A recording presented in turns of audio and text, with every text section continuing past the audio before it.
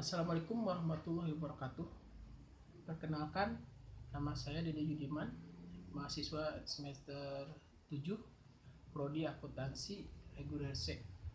Di sini saya akan mempresentasikan bab 8 sampai dengan bab 13 dalam akuntansi syariah.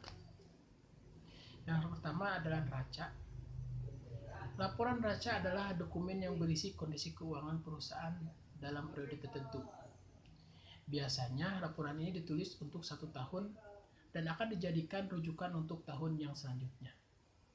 Namun pada perusahaan tertentu termasuk perbankan, laporan neraca biasanya diterapkan pada keuangan yang berlaku selama 1 bulan.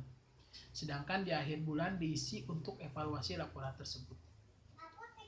Laporan neraca adalah arsip yang harus terus diperbaharui. Pasalnya, dokumen ini bermanfaat untuk mengetahui kondisi finansial perusahaan.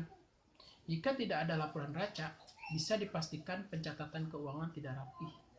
Bahkan untung, rugi, debit, dan kredit tidak bisa ditentukan dengan pasti. Berikut ini beberapa manfaat penulisan laporan neraca. Yang pertama, sebagai alat menganalisis finansial. Jika dalam pelaksanaan terdapat perubahan.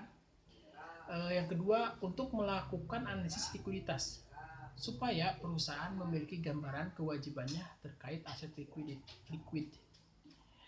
Yang ketiga adalah bisa digunakan sebagai sarana membaca kemampuan perusahaan untuk melunasi hutang jangka pendek. Menurut para ahli, unsur laporan neraca ada 3, yaitu aktiva, pasiva, dan modal. Dari ketiga inilah akan dipetakan kembali menjadi beberapa unsur. Yang pertama, aktiva. Aktiva adalah kekayaan atau aset perusahaan yang berhasil dikumpulkan. Aset inilah yang bisa dimanfaatkan oleh perusahaan untuk membiayai kebutuhan di masa selanjutnya. Yang kedua adalah pasiva. Pasiva adalah kewajiban perusahaan. Di dalamnya terkait dengan tanggung jawab pembayaran perusahaan terhadap pihak lain. Yang tergolong pasiva adalah hutang perusahaan, baik hutang jangka pendek maupun jangka panjang. Yang ketiga adalah modal. Baik modal yang dimaksudkan sebagai aset pembiayaan maupun produk yang dijadikan dasar operasi bisnis. Nah, dari ketiga unsur inilah yang harus ada pada format laporan neraca, sehingga ketika disampaikan kepada pihak atasan, kondisi keuangan perusahaan bisa dianalisis sebagai bahan evaluasi untuk pembiayaan perusahaan di periode selanjutnya. Dalam neraca syariah dan neraca konvensional ada perbedaan. Di dalam neraca syariah, pada aktiva terdapat kas penempatan pada Bank Indonesia, giro pada bank lain, penempatan pada bank lain, efek-efek, fee utang, investasi mudharabah, investasi musyarakah, pinjaman al-qadah, persediaan, aktiva yang diperoleh untuk ijarah, aktiva istisna dalam penyelesaian, pernyataan, aktiva tetap dan akumulasi penyusutan, aktiva lainnya. Dan di dalam kewajiban segera, simpanan, kewajiban lain, kewajiban kepada bank lain, pembiayaan yang diterima, keuntungan yang sudah diumumkan belum dibagi, utang zakat, utang pajak, dana syirkah temporer bank, dana syirkah temporer bukan bank, ekuitas, modal disetor, tambahan modal disetor, saldo laba rugi.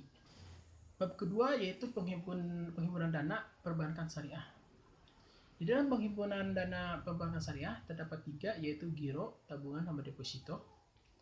Di giro terdapat giro wadiah sama giro mudharabah. Di dalam tabungan terdapat 2 juga, tabungan wadiah sama tabungan mudharabah. Dan di deposito hanya 1, yaitu deposito mudharabah.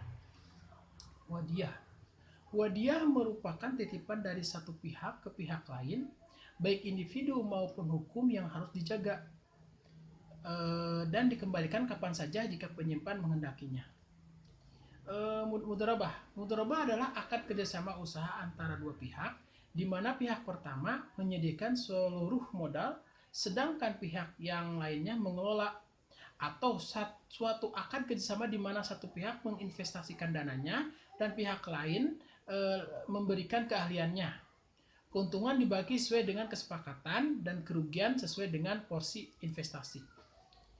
Giro wadiyah adalah penempatan dana dalam bentuk giro tanpa mendapatkan imbalan. Namun bank boleh memberikan dalam bentuk bonus tanpa diperjanjikan dengan nasabah. Ketentuan umum giro wadiyah yang pertama bersifat titipan. Yang kedua, titipan bisa diambil kapan saja.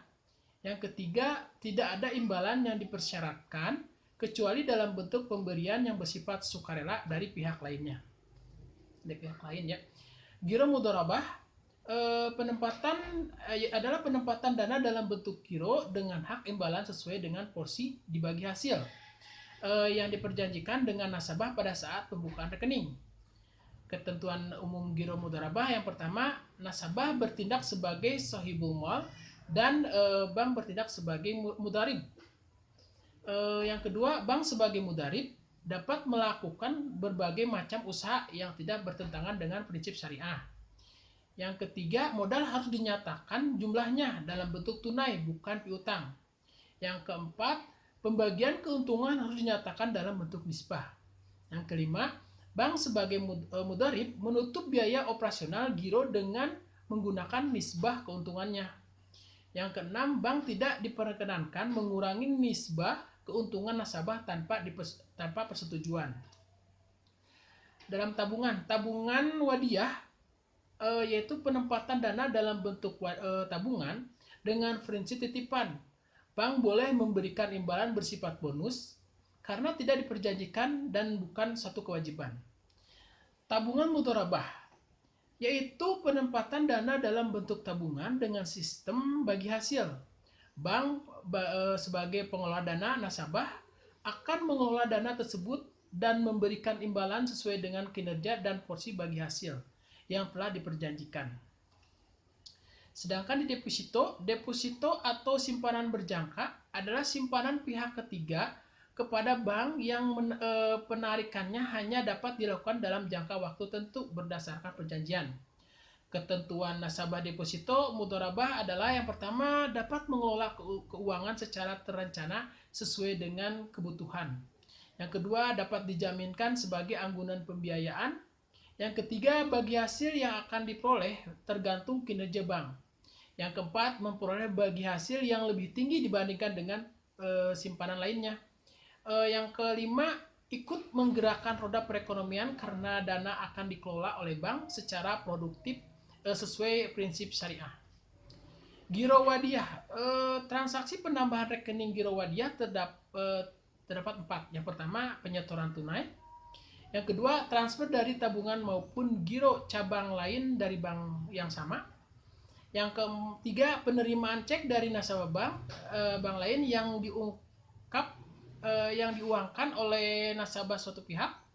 Yang keempat, penerimaan bonus giro wadiyah dari bank syariah. Untuk bab ketiga adalah bab pembiayaan musyarakah.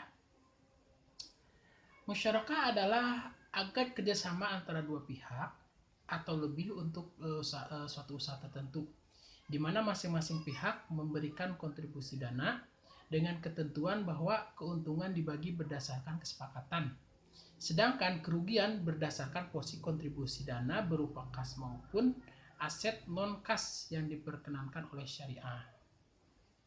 Di dalam musyarakah ini terbagi dua, yaitu musyarakah permanen sama musyarakah menurun atau musyarakah mutanakisah. Musyarakah permanen adalah musyarakah dengan ketentuan bagian dana setiap mitra ditentukan sesuai akad dan jumlahnya akan tetap hingga akhir masa akad. Sedangkan musyarakah menurun adalah musyarakah dengan ketentuan bagian dana pihak pertama akan dialihkan secara bertahap kepada pihak kedua, sehingga bagian dana pihak pertama akan menurun dan pada akhir masa akad pihak kedua tersebut akan menjadi pemilik sepenuhnya usaha tersebut.